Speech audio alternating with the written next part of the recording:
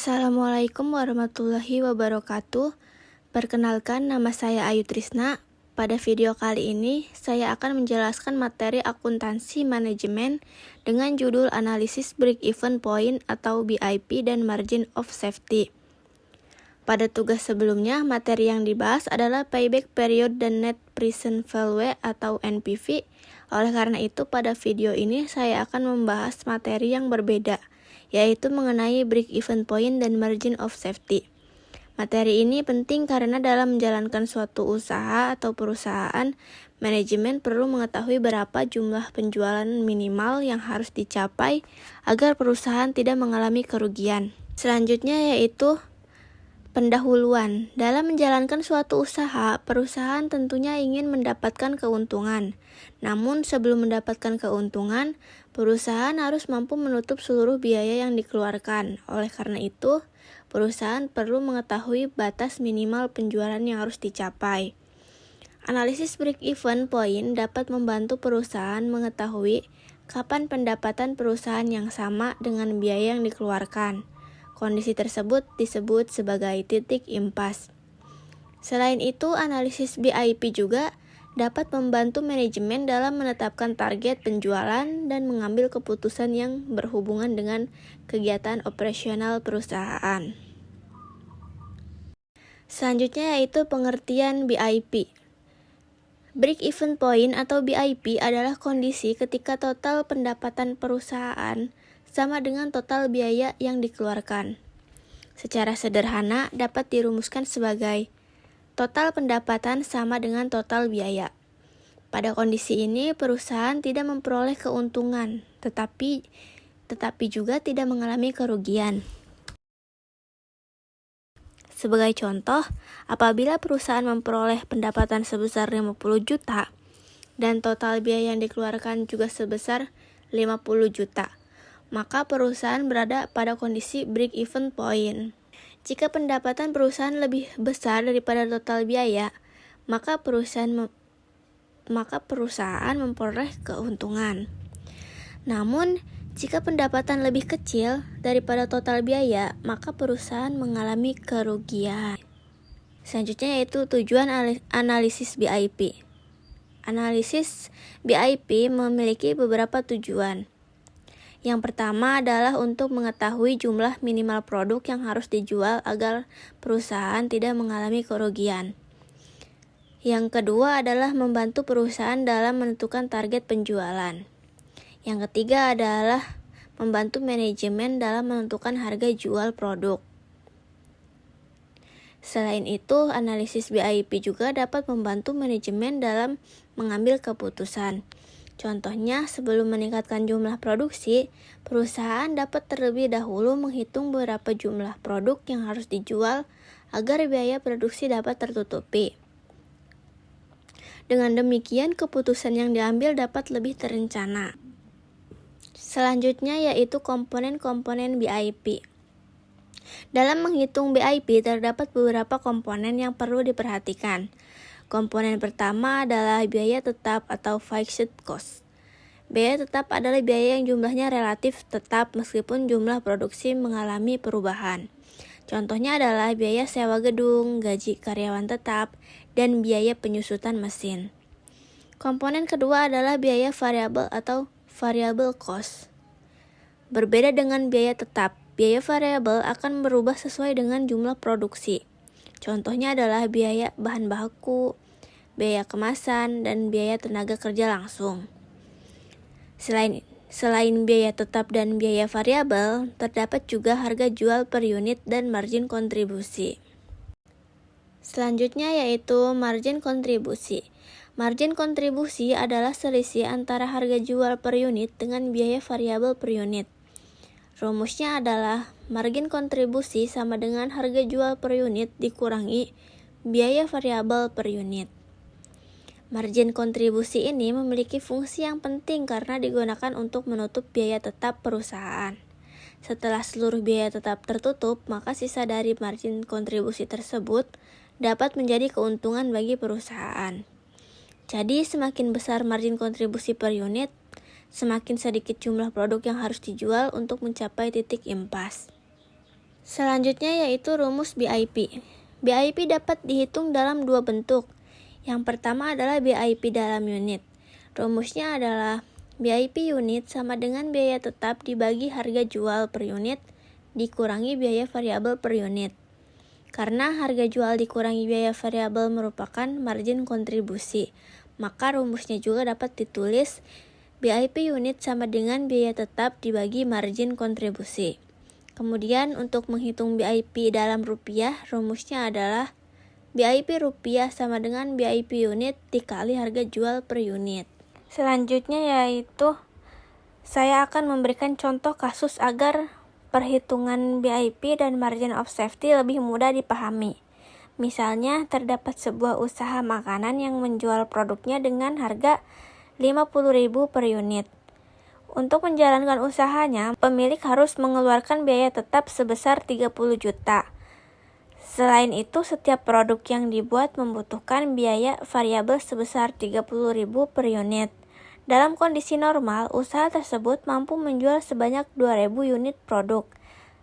Berdasarkan cerita tersebut, kita akan menghitung berapa jumlah minimal produk yang harus dijual agar usaha tersebut tidak mengalami kerugian. Selain itu, kita juga akan menghitung margin of safety untuk mengetahui seberapa besar penjualan masih dapat mengalami penurunan sebelum usaha tersebut mencapai titik impas. Dari contoh kasus tersebut, kita dapat mengetahui beberapa data. Biaya tetap yang dikeluarkan adalah sebesar 30 juta. Harga jual per unit adalah 50.000. Biaya variabel per unit adalah 30.000. Sedangkan penjualan aktual atau penjualan yang berhasil dicapai adalah sebanyak 2.000 unit. Data-data inilah yang akan digunakan untuk menghitung margin kontribusi BIP dan margin of safety. Selanjutnya yaitu langkah pertama adalah menghitung margin kontribusi. Rumusnya adalah margin kontribusi sama dengan harga jual dikurangi dengan biaya variabel. Kemudian kita masukkan datanya. 50.000 dikurangi 30.000 hasilnya adalah 20.000 per unit.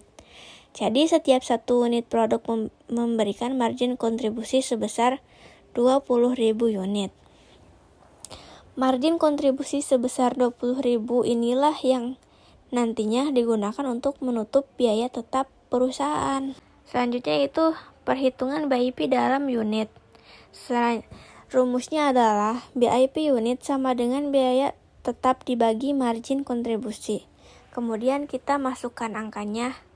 30 juta dibagi 20.000 hasilnya adalah 1.500 unit. Jadi usaha tersebut harus menjual minimal sebanyak 1.500 unit produk agar mencapai titik impas.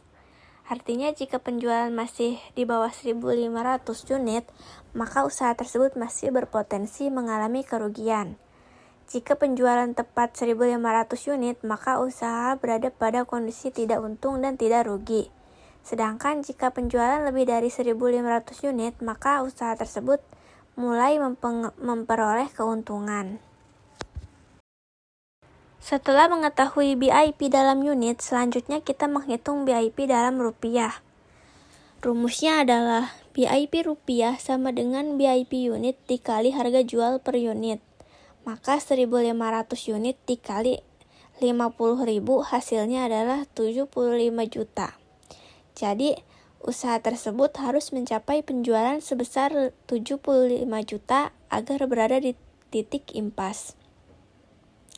Dengan kata lain, apabila pendapatan penjualan mencapai 75 juta, maka total pendapatan sama dengan total biaya yang dikeluarkan. Selanjutnya adalah margin of safety atau batas keamanan penjualan. Margin of safety menunjukkan seberapa besar penjualan perusahaan masih dapat mengalami penurunan sebelum perusahaan mencapai titik impas atau mulai mengalami kerugian. Semakin besar margin of safety, maka semakin aman kondisi perusahaan. Sebaliknya, jika margin of safety kecil, berarti posisi perusahaan lebih dekat dengan titik kerugian. Margin of safety dapat dihitung dengan rumus. Margin of safety sama dengan penjualan aktual dikurangi penjualan pada BIP. Sedangkan untuk menghitung dalam bentuk persentase, rumusnya adalah margin of safety di dalam kurung persen sama dengan margin of safety dibagi penjualan aktual dikali 100%. Dengan rumus ini kita dapat mengetahui batas penurunan penjualan yang masih dapat ditoleransi oleh perusahaan. Sekarang kita hitung margin of safety dalam unit. Diketahui penjualan aktual adalah 2000 unit, sedangkan BIP perusahaan adalah 1500 unit, maka 2000 unit dikurangi 1500 unit, hasilnya adalah 500 unit. Artinya penjualan usaha tersebut masih dapat mengalami penurunan sebanyak 500 unit sebelum mencapai titik BIP. Jadi selama penjualan masih lebih dari 1500 unit, perusahaan masih berada di atas titik impas. Selanjutnya kita menghitung margin of safety dalam rupiah. Margin of safety adalah 500 unit, kemudian dikalikan dengan harga jual per unit yaitu 50.000. Jadi 500 dikali 50.000 sama dengan 25 juta. Selanjutnya penjualan aktual adalah 2000 unit dikali 50.000 yaitu 100 juta.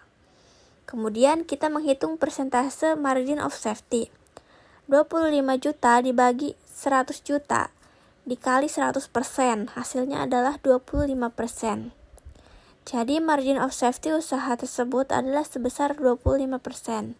Artinya penjualan masih dapat turun sebesar 25% dari penjualan aktual sebelum usaha mencapai titik impas. Berdasarkan pembahasan yang telah dijelaskan, dapat disimpulkan bahwa break-even point atau BIP merupakan kondisi ketika total pendapatan sama dengan total biaya. Berdasarkan contoh kasus usaha tersebut memiliki BIP sebesar 1.500 unit. Jika dihitung dalam rupiah, BIP-nya adalah sebesar 75 juta. Kemudian, margin of safety yang diperoleh adalah sebesar 500 unit atau 25%. Hal ini berarti perusahaan masih memiliki batas keamanan penjualan sebesar 25% sebelum mencapai titik impas. Dengan adanya analisis BIP dan margin of safety, manajemen dapat lebih mudah dan dalam menentukan target penjualan dan mengambil keputusan yang berkaitan dengan kegiatan usaha. Demikian penjelasan saya mengenai analisis break-even point atau BIP dan margin of safety. Semoga materi yang saya sampaikan dapat dipahami dan bermanfaat.